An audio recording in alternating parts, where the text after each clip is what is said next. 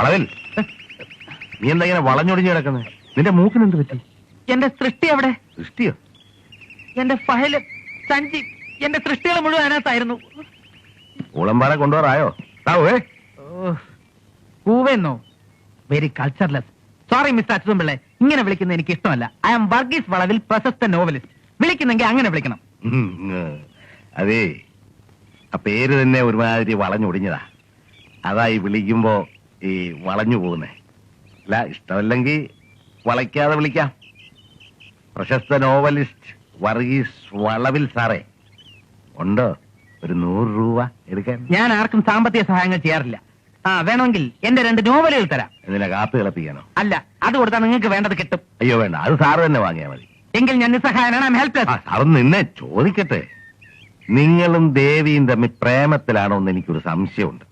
അതിനെക്കുറിച്ച് സാറിന് എന്തെങ്കിലും പറയാനുണ്ടോ? അതെ എന്ന് പറഞ്ഞാൽ എന്തായിരിക്കും നിങ്ങളുടെ പ്രതികരണം എന്നറിഞ്ഞാൽ പറയാമായിരുന്നു. ഈ പ്രേമം യഥാർത്ഥമാണോ അല്ലയോ എന്നറിഞ്ഞാൽ എനിക്ക് കൃത്യമായിട്ടൊരു മറുപടി പറയാമായിരുന്നു. യാഥാർത്ഥ്യമാണ്. പറിച്ചു നട്ടാലും പറങ്കി മാങ്ങ പോലെ മുളച്ചു പൊങ്ങുന്ന അപൂർവ സാഗര സംഗമം. പാട്ടി കഴുകണ മോനെ, കൂത്തി കോടലുമാല ഞാൻ പുറത്തെടുക്കും എന്നവളുടെ അച്ഛൻ പറഞ്ഞാലും പിന്മാറാതെ പിടിച്ചു നിൽക്കാൻ സാറിന് ധൈര്യമുണ്ടോ? ഉണ്ടടാ പട്ടി. എന്നൊന്നും സംസ്കാരമില്ലാത്ത രീതിയിൽ ഞാൻ മറുപടി പറയില്ല. പരമാവധി ശ്രമിക്കും. പരാജയപ്പെട്ടാൽ ഏതെങ്കിലും കടാപ്പുറത്ത് പോയി പാടി പാടി മരിക്കും. തകഴി വേലുപ്പിള്ള എഴുതിയ ഓടയിൽ നിന്ന് എന്ന നാടകത്തിലെ കറുത്തമ്മയെ പോലെ. വേലുപ്പിള്ള അല്ല, തകഴി ശിവശങ്കര പിള്ള. പിള്ള ഏതായാലും തള്ള ഒന്നല്ലേ ഉള്ളൂ. ഞാനൊരു ജോക്ക് കാച്ചിയതല്ലേ ചേട്ടാ. മിടുക്കൻ. അപ്പൊ നീ എന്റെ ചേട്ടന്റെ മകളെ പ്രേമിക്കാൻ തന്നെ തീരുമാനിച്ചു അല്ലേ? അതെ. കൊച്ചച്ഛന്റെ അതാരാ ഈ കൊച്ചച്ഛൻ?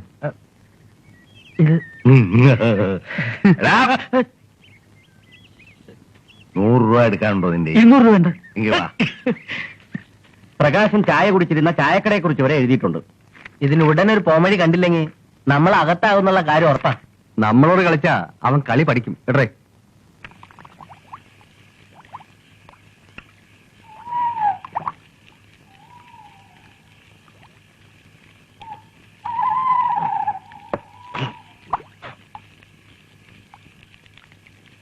വലിക്കടാ.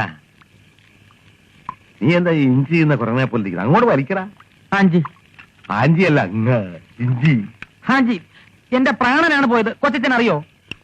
നിനക്ക് കഥയല്ലേ വേണ്ടത്, ഞാൻ പറഞ്ഞുതരാം. ഉണ്ടാക്കിയ കഥയൊന്നുമല്ല, സംഭവ കഥ. സത്യമാണോ? നീ അത് വലിക്ക.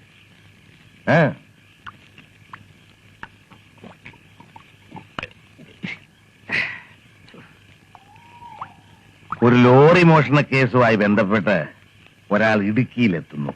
ഇടുക്കിയിലോ? തോക്കിനകത്ത് കയറി വെടിവെക്കാടാ.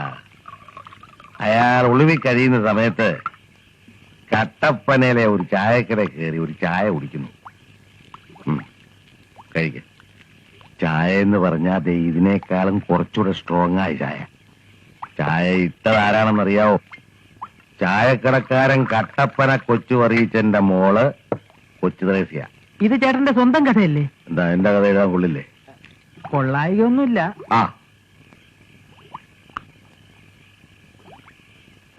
എന്നാ എഴുതിക്കൂ. പിന്നെ ഒന്നും നോക്കിയില്ല, കയ്യോടെ അവളെ അവിടുന്ന് അങ്ങ് പോക്കി. അവിടെ മതം മാറ്റണമെന്ന് ചേട്ടൻ. അവിടെ വാലും മുറിച്ച് കളഞ്ഞ് ചട്ടയും മുണ്ടും മാറ്റി സെറ്റ് ഉടുപ്പിച്ച് ചന്ദനക്കുറിയും തൊടിയിച്ച് കാർത്തിയാനി ഇന്ന് പേര് വിട്ടാലും അവിടെ ചങ്കിനകത്തിരിക്കുന്ന കർത്താവ് കുടിയിറങ്ങി പോകുവോ? ബുദ്ധിമുട്ടാ. അപ്പൊ അവക്ക് അവിടെ വിശ്വാസം, എനിക്ക് എന്റെ വിശ്വാസം. മതം ഏതായാലും മനുഷ്യരൊന്നായാൽ മതി. എന്താ നിനക്കൊരു ഇഷ്ടപ്പെടാരിക? ഇതില് വായനക്കാരെ ഹരം കൊള്ളിക്കാൻ വേണ്ടി മാത്രം ഒന്നുമില്ല. കുറച്ചുകൂടെ ഹരം വേണം. പോരാ. നവാ